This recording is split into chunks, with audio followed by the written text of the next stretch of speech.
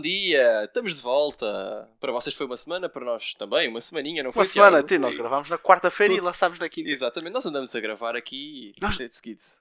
Não, que dia é hoje? Que é que se... Não, no domingo, nós lançámos no domingo. Exatamente, gravámos no domingo. Nós parámos a conversa com a Mariana a meio exatamente. e voltámos a gravar, percebem? Exatamente. Ai, nós estou Mas pronto. todo fodido. E nós estamos aqui para falar do quê? Estamos aqui para falar do filme Patton, de 1970. Ganhou o Oscar de melhor filme em 1971. O diretor é o Franklin J. Schaffner. E é conhecido especialmente por fazer o Planeta dos Macacos, o original. De resto, temos como o General Patton George C. Scott, personagem principal, e basicamente o foco deste filme. Nem vale grande a pena falar dos outros atores, apesar de que fazem também bons papéis. Sim. Agora, este filme aconteceu no ano 1970 e Tiago, diz-me o que é que aconteceu em 1970 para enquadrarmos a história. O que é que estava a acontecer em 1970? Olha, em 1970 os Beatles acabaram. É verdade. O Paul McCartney anunciou o fim da banda e lançaram o último álbum deles, o Let It Be. Com a música espetacular Let It Be. Let It Be. Para além disso, morreu Salazar. Ele tinha caído da cadeira 2 anos antes e felizmente, não há aqui ninguém conservador. Há alguém monárquico aqui. Felizmente morreu passado 2 anos e, como sabem, passado 4 anos acabou a ditadura em Portugal. Exato. Morreu também, infelizmente, o Jimi Hendrix e a Janis Joplin. Ambos por overdose. Aos 27 anos. É o que é. É o que é. Dose dupla. E por fim, acabou finalmente o julgamento do Chicago 7. Uma história super interessante que vocês, se tiverem interesse, vejam o filme. Uma das sugestões, é um grande filme. Exatamente. E pronto, mais alguma coisa a apontar? Tenho mais uma, que é... Lembrei-me. Para que é que perguntas tens? Lembrei-me, deixa-me. Que é... A screenplay deste filme é pelo grande Francis Coppola. É verdade. Foi o primeiro Oscar que ele ganhou. E depois, sabem, vocês vão saber o que é que vem daqui a 2 aninhos. Exatamente. Para vocês, 2 semanas. Vai ser interessante. Uma maratona muito interessante. Isso vai ser um desafio. Vai ser um grande desafio. Mas pronto, não vamos falar do futuro. Já nos chega esta maratona de 3 horas. Este filme tem quase 3 horas. Mas vou já começar por aí. Vale 100% a pena. Se há alguma coisa, eu quero dizer isto, se há alguma coisa que este podcast já me trouxe, foi ver filmes que eu nunca na minha vida ia ver e que valem 100% a pena. Este, especialmente, espetacular. É esta a beleza, não é? É. Portanto, olhem, aproveitem e vejam. Pelo menos os que nós recomendamos, vejam que este Patton são 3 horas, mas vale muito a pena. Se gostarem então de filmes de guerra e biopics, então pá. E eu posso começar já por aí. Este filme, o que me surpreendeu mais, eu até falei com o Tiago antes de vermos o filme, que foi, eu acho que este filme vai ser uma lavagem à imagem do Patton. Este filme foi só 30 anos depois da Segunda Guerra.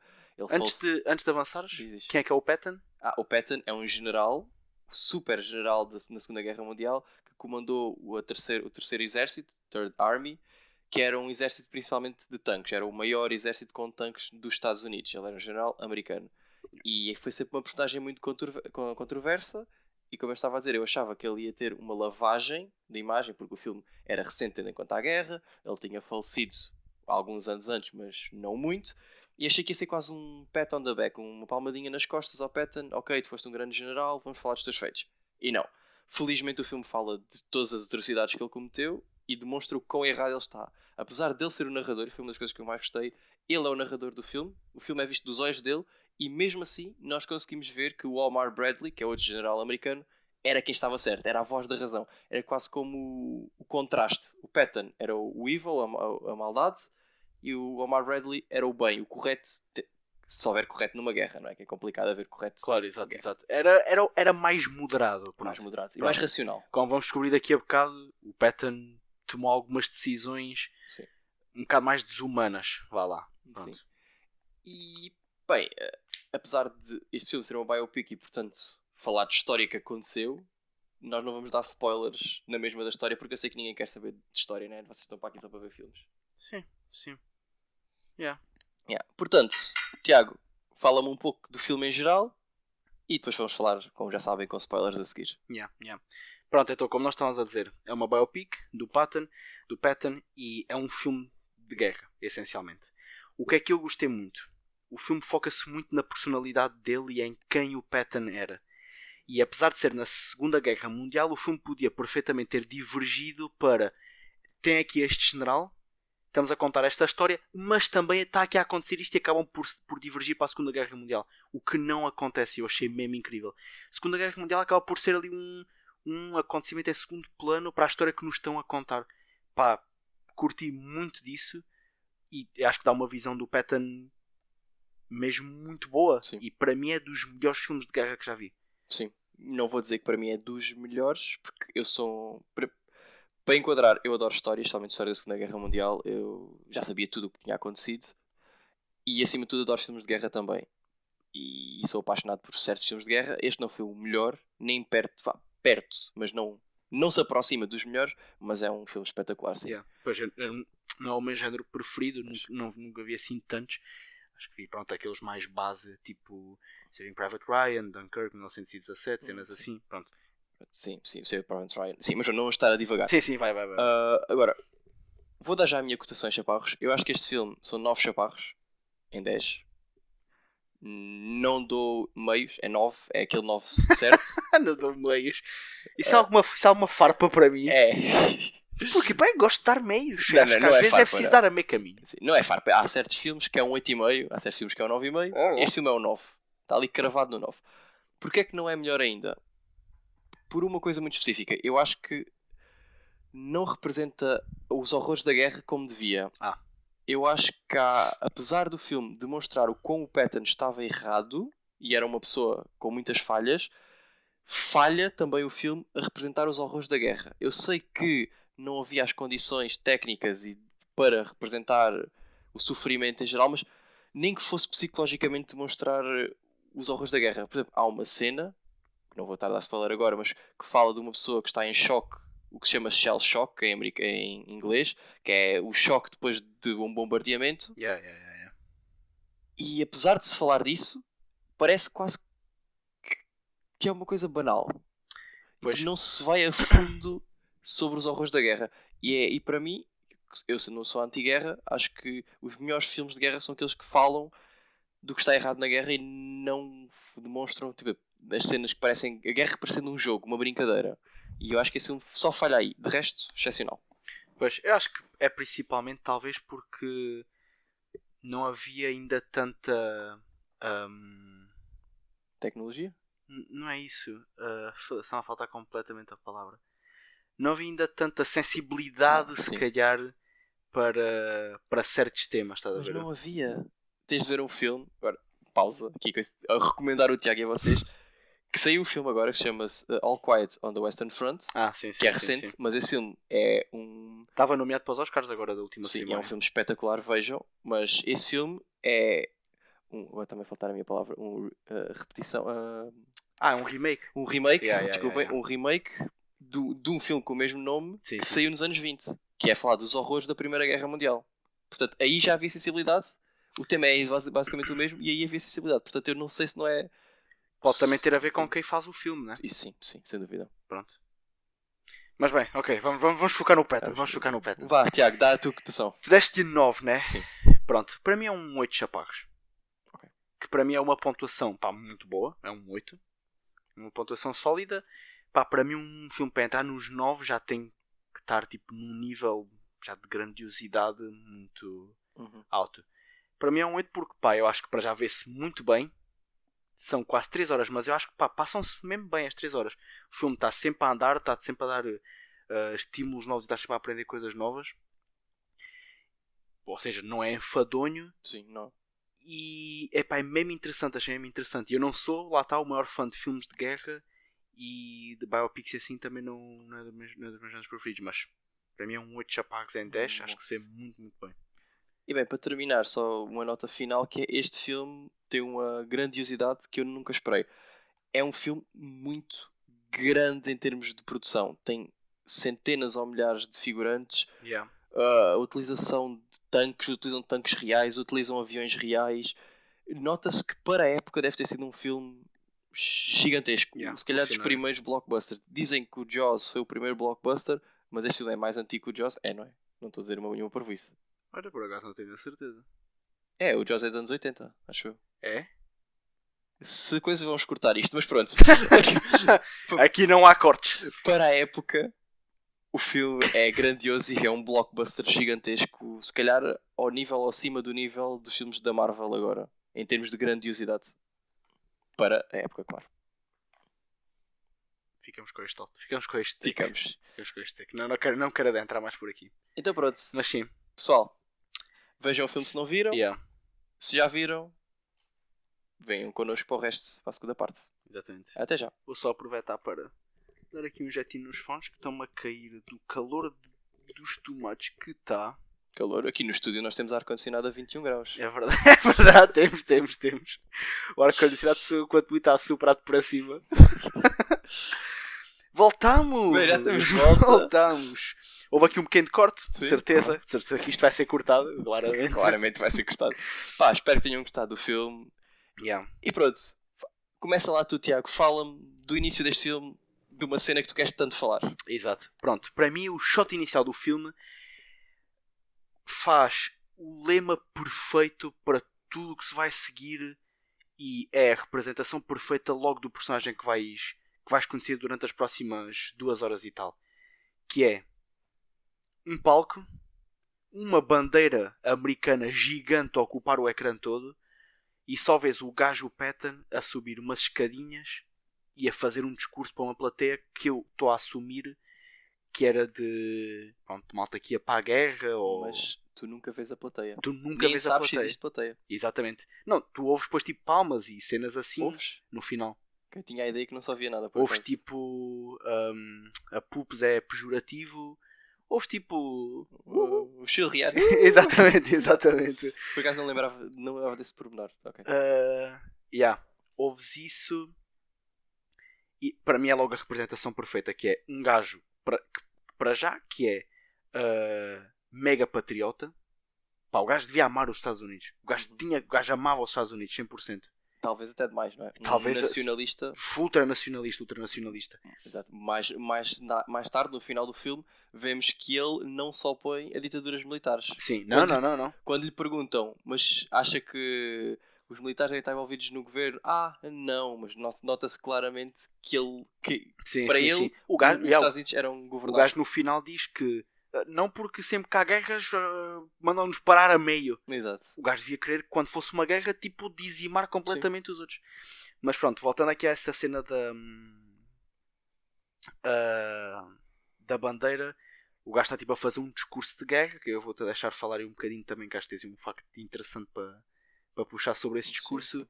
E pronto, e o gajo basicamente está a dizer discurso motivacional para ir para a guerra e é o moto dele para o resto do filme, que é pá, não quer cá cobardes, não quer gajos que sejam cobardes, temos de ser todos homenzarrões e ir para lá e matar-nos e querer matar os outros e querer o sangue, e é isso que nos move. Sim, esta cena também acho que é uma das cenas mais enigmáticas do filme. Primeiro porque é a primeira, e claro que o opening shot do filme é uma bandeira americana. Antes sequer dele subir, bandeiras dos Estados Unidos a cobrir o ecrã todo. Yeah. Logo, vê-se logo ao que é que vamos. Um filme nacionalista. Ele sobe ao palco, mais uma vez está elevado, mesmo a câmara está abaixo, nós estamos a ver de baixo. Ele é a figura. Yeah. O filme é ele. O Patton é tudo. Ou seja, ele sendo o narrador do filme, porque ele é o narrador, nós vemos que ele só pensa nele próprio. Por mais que ele ame os Estados Unidos, que está atrás, os Estados Unidos é o seu segundo amor, ele é o seu maior amor. Ele quer a glória para ele. E isto mostra tudo. Esta cena é a apresentação da personagem que vamos ter. Ele não varia. É um homem belicista, sem qualquer remorsos, sem problemas em matar pessoas e, acima de tudo, odeia fragilidade psicológica. Ou seja, odeia os cobardes, como ele diz. Yeah. E claro, o que é que ele sonha com a glória? Ele só é um narcisista e para ele a glória é tudo. A glória na guerra. E é a apresentação do Patton. Um discurso inflamado para puxar o ódio. Exato. E sai. Sai como o Deus Supremo, que é o que ele se vê. Ele vê-se como o general, lá está. Exatamente. E falando agora aqui só de mais outras cenas que vão aparecer ao longo do filme, só porque tu puxaste uma cena interessante que é, estás a dizer, exato, a câmara está de baixo e mostra mesmo que ele é o foco das atenções. Sim. Para mim este filme é pá, é uma representação mesmo boa de como fazer um filme sobre alguém que se auto-idolatra e como o filme te consegue mesmo fazer ver do género. Não, este gajo é tipo o foco disto. Tudo gira à volta dele e aparecem muitas outras cenas no filme. Eu acho que há 3 cenas em que ele aparece em algum género de varanda, pórtico. Vários, sim. Yeah. Acho que há mais do que 3, mas sim. E há quem me esteja a lembrar, há uns 3. Aquele discurso que ele faz a pedir desculpa. Exatamente. Quando o ataque na Tunísia, ele está na varanda antes Exatamente. Exato. E depois há aquele quando ele o destituem do cargo e é de noite e o gajo aparece, vai um bocadinho à varanda e não sei o quê. Esses shots estão sempre de baixo para cima. Lá está, tu estás sempre a vê-lo numa posição elevada exatamente, de superioridade. Porra, pai, eu achei isso incrível. Lá está, no ataque da Tunísia, o gajo está em cima a ver aquilo, o gajo depois vem cá abaixo, está tipo a disparar com uma pistola para os aviões, mesmo do género, tipo assim, estou-me a cagar, meu, vocês não me matam, e efetivamente não o matam. No pedir desculpas, o gajo mais uma vez está tipo por cima a falar para os militares todos, e depois nessa parte quando é destituído. Esses planos, pá, para mim é mesmo o lema do filme. Sim. E há uma coisa que eu achei curioso. Diria 95% das cenas, uma grande quantidade de cenas, muito poucas, se sequer alguma, o Patton não está no centro da imagem. Sempre que há uma conversa de Patton com alguém, ele é focado a falar e depois corta-se para outra pessoa. Yeah. Ele nunca está num canto de uma imagem. Não há regra dos 3 quartos como no cinema, que é meter uma pessoa num canto e outra no outro. Ele está sempre no meio. Ele é o foco deste filme. Cenas de guerra, sempre no topo, no meio, ele é o foco deste filme. Mas para terminarmos a cena inicial, quero só falar que uma frase super interessante do discurso belicista dele, que é, ele diz: "All real Americans love the sting of battle. That's why America never lost a war and will never lose a war." Este filme foi gravado durante a Guerra do Vietnã, numa altura em que toda a gente já sabia que os americanos iam perder a guerra no Vietnã, porque não havia forma como ganhar aquela guerrilha. Então, este filme é só demonstrar a ilusão americana na altura e no presente, ou seja, em 1970, de que era impossível perder uma guerra e que podemos sacrificar as vidas todas porque vamos ganhar.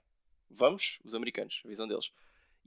E eu vi esta frase como uma facada a isso e a dizer, tipo, às vezes perdemos guerras, a guerra não é a solução. Porque estávamos na altura da Revolução Hippie, da Revolução sociais de fim da guerra, Make Love Not War, e este filme está enquadrado nessa altura. Acho isso bem interessante, por acaso. Mas, avançando para a Tunísia, então. Exatamente, vamos para a primeira parte do filme, na guerra no Norte de África, 1943, Tunísia. Exatamente. Achei engraçado outra coisa que é... há essa sequência inicial da bandeira e tu ficas logo tipo com o peito para dentro, já é assim, foda-se este gajo, meu. E o gajo chega à Tunísia e realmente os gajos lá estão todos tipo à bandalheira. Exato.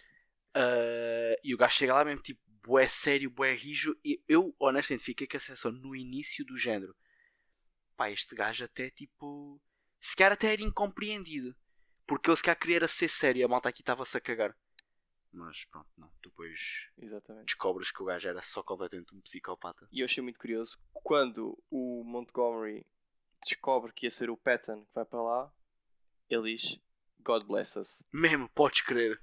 Ou seja, toda a gente já sabia do que é que aquele homem era feito. Toda a gente já sabia ele era velho, ele era um general antiquíssimo, já general na Primeira Guerra Mundial. Ou seja, toda a gente sabia os defeitos dele e as virtudes. God bless us. Mesmo. Dessa parte aí da Tunísia também queria falar de aquela primeira sequência de guerra que aparece, que é pá, que para mim foi muito, quer dizer, antes disso até, daquele plano de pós-guerra que aparece primeiro que tudo, que é tudo destruído, e acho que isso demonstra bem aquilo que estavas a dizer no início, que é muitos figurantes, muitos adereços, muitos props. Pai, estava mesmo tudo bem, estava tudo bem explicado, mostravam-te muito bem tudo. Sim. Tipo, basicamente é um cenário de pós-guerra que vejam ali a destruição total e tipo, o malta ali da zona a roubar os soldados e não sei o quê, e isso é quando o Patton chega à Tunísia, se não me engano. Sim, é a primeira coisa que ele vê e ver esse cenário. Que ele até diz aquela cena de, foda-se, despem-nos os soldados antes de os conseguirmos enterrar. Sim.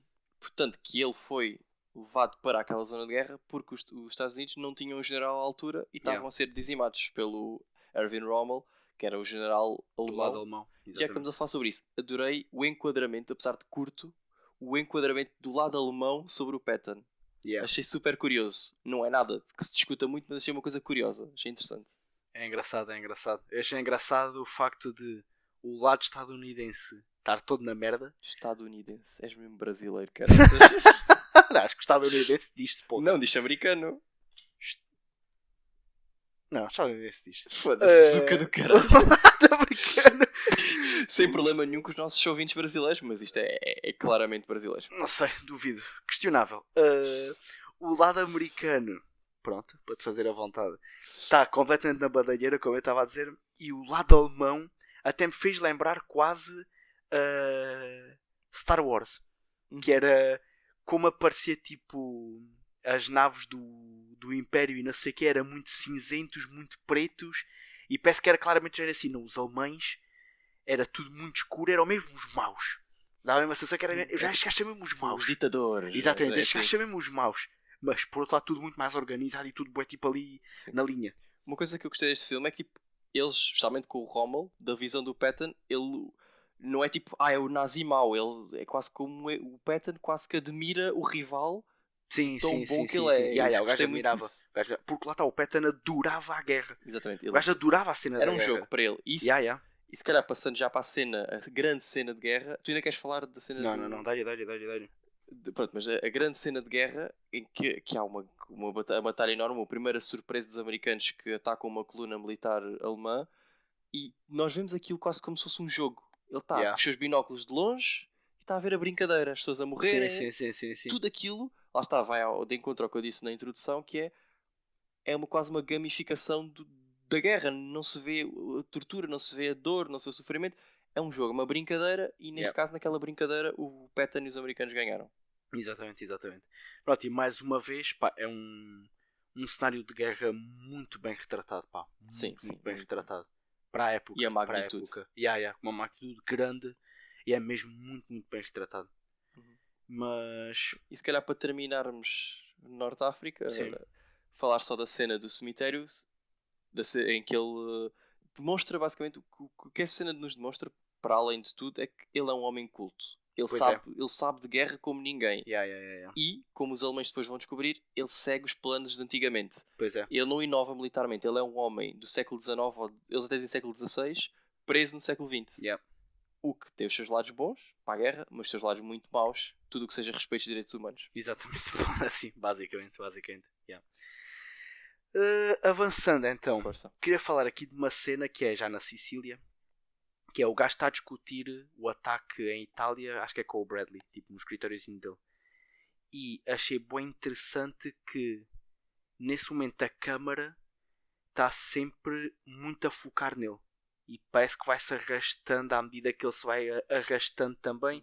E vai tipo ocultando e mostrando certos aspectos interessantes ou que eles querem que nós olhemos do cenário, como é por exemplo tipo o mapa de guerra deles, ou depois a secretária dele e não sei o quê, mas lá está, anda sempre tipo à volta dele. Estás sempre com o gajo em cima de ti, meu. Estás sempre com o gajo a mostrar, até mesmo muito, muito, muito fixe. Muito fixe. Eu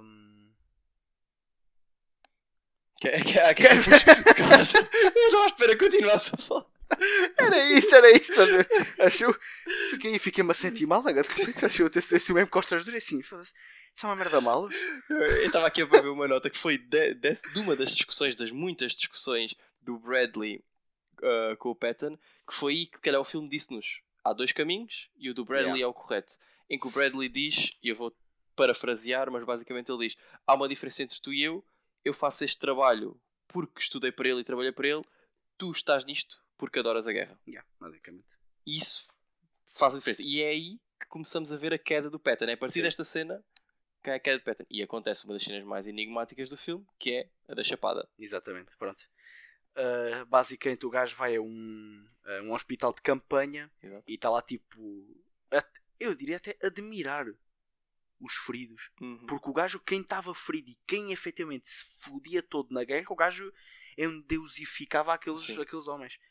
E ele depois chega-se ao pé de um que está sentado tipo à beira da cama e eu acho que lá é tipo assim, mas tu o que é que tens? E o gajo diz, epá, tipo, não consigo, é o stress, não sei o quê, não consigo estar mais aqui. E o gajo, o Patton, flipa completamente. Começa a azucar, começa a chamar com o bar, começa a chamar nomes e pronto, e dizem para o mandar embora para o tirarem do Para o hospital. meter na linha da frente. Exatamente, porque aquele gajo não merece estar ali, que é uma desonra, é uma vergonha para os restantes. Pronto, e depois disso o gajo é destituído. Mandou-no à merda. Isso é uma cena muito interessante porque na vida real ainda foi mais agressivo do que isso. Na vida real, o Patton espancou mesmo o tropa, o rapaz que estava com problemas psicológicos, espancou de forma que ele teve de ser arrestado de lá, porque ele basicamente o que ele disse foi: tu não estás com problemas, eu deixo-te para que tu fiques aqui estendido na cama do hospital. E basicamente ele teve depois, como vimos no filme, pedir desculpa, não sentia remorsos, como é óbvio, e a partir daí foi afastado. Lentamente sendo afastado. Mas com sorte foi trazido de volta. Primeiro, como um fantoche. Tipo um decoy. Exato, um fantoche. Para a Operação Fortitude, que foi a operação que, na vida real, e agora durante um segundo vou falar sobre guerra, na verdade, esta foi a operação que basicamente ganhou a guerra. Porquê? Porque os alemães durante 3 semanas, e com a obsessão que os alemães tinham com o Patton, que foi bem representado neste filme, durante mais de 3 semanas não reforçaram as invasões da Normandia porque achavam que o Patton é que ia ser a grande força que ia invadir a França. E pronto, isso foi um dos pontos que ganhou a guerra, a Segunda Guerra Mundial. Mas fala-nos, Tiago, Normandia, o que é que tens a apontar? Tudo dentro da Normandia. Aqui na parte da Normandia, honestamente, eu já não tenho assim muito mais coisas a falar, honestamente. Okay. O que eu quero só dizer aqui desta parte e que eu achei mesmo muito interessante também é o filme lá no meio tem uma pausa, que é uma intermission. Como era comum antigamente. Exatamente, fazem um intervalo. E o que eu notei é que depois do intervalo, e especialmente ali a certa altura, quando já estou a caminhar para aquela cidadezinha, cidade ou vila, ou que era manada em França. Em França, exatamente, para salvar aquele outro regimento, aquela outra unidade. Há muita filmagem tipo de guerra. Parecia mesmo um documentário de guerra. Vês só tipo o marchar, a unidade a mover-se, o dia dos gajos. Epá, é bué da ficha, achei isso mesmo interessante. Achei isso mesmo interessante. Achei isso muito fixe. É uma boa representação de guerra. Epá, parece que foi mesmo do género, tipo, até a intermission foi tipo, isto é esta pessoa, agora que já a conhecem, já sabem o bicho que o gajo é o selvagem que ele é, isto é a guerra. E tiram tipo ali um bocadinho de tempo para nos mostrar. E mostrar que ele está em casa. Ele está. O gajo, daquilo era o amor dele, meu. O gajo, quando foi afastado, ele diz a certa altura: o mundo todo é guerra e eu aqui. Exato. É tipo, foda-se, está a gente aqui a brigar-se e eu aqui a coçá-los. Sim, e uma das cenas, e para mim, emblemáticas da Normandia é isto. Antes, quando ele foi afastado, ele diz ao. Não sei se é ao George, se é ao. Como é que se chamava o outro? O acompanhante dele. George era o que arrumava o quarto, e depois era o outro. Estava a dar uma branca. Epá, não consigo lembrar do nome dele também. Mas era um oficial do exército que o acompanhava e basicamente era o yes man dele, dizia que sim a tudo. E ele vira-se para ele e diz: o que eu devia é ter-lhe dado um beijo, a falar do rapaz que ele espancou. Exato. E depois há uma cena mais à frente que ele vê uma cena de destruição outra vez, um dos oficiais está ferido, ele aproxima-se dele e dá-lhe um beijo na testa. Ou seja, ele fez aquilo não por respeito à dor do outro, mas sim porque sabe que ia ficar bem. Claro. Porque uma das grandes preocupações do Patton, e é mostrar em todo o filme, é a imagem que ele transmite. Ele quer sempre saber o que é que os outros pensam dele. Completamente. O gajo queria mesmo ser adorado por aquilo. Exato, ele quer ser adorado. Tanto que todo o sonho dele na guerra é ficar na história. Como os familiares dele ficaram, ele quer ficar na história exatamente. por aquilo. Exatamente. E depois, acho que para terminar, há o fim da guerra. E gostava de falar da cena em que estão russos de um lado, americanos do outro a jantar. Primeiro, os americanos não comem a comida dos russos, recusam-se, lá está a desconfiança e início da Guerra Fria. Estão tipo desconfortáveis. Exato. E depois, o Patton não é capaz de ser cordial. Exatamente, cordial com os russos. Nem foi num discurso antes em Inglaterra, quando estava afastado, que se esqueceu propositadamente dos russos. Esqueceu-se. E depois lá também não. Ele diz: eu não vou brindar a ti, acho-te uma pessoa horrível, és um cabrão. E o outro diz: então brindamos a ser cabrões. E bebem juntos. Tanto que o Patton já queria invadir tudo e mais algo. Ele é um louco da guerra. O gajo queria foder toda a gente. Basicamente o filme demonstra um homem que era louco da guerra. Sim. a última cena que eu quero falar é quando ele está tipo a andar de cavalo ali num estábulozinho fechado e vão entrevistá-lo. Vou-lhe perguntar umas merdas.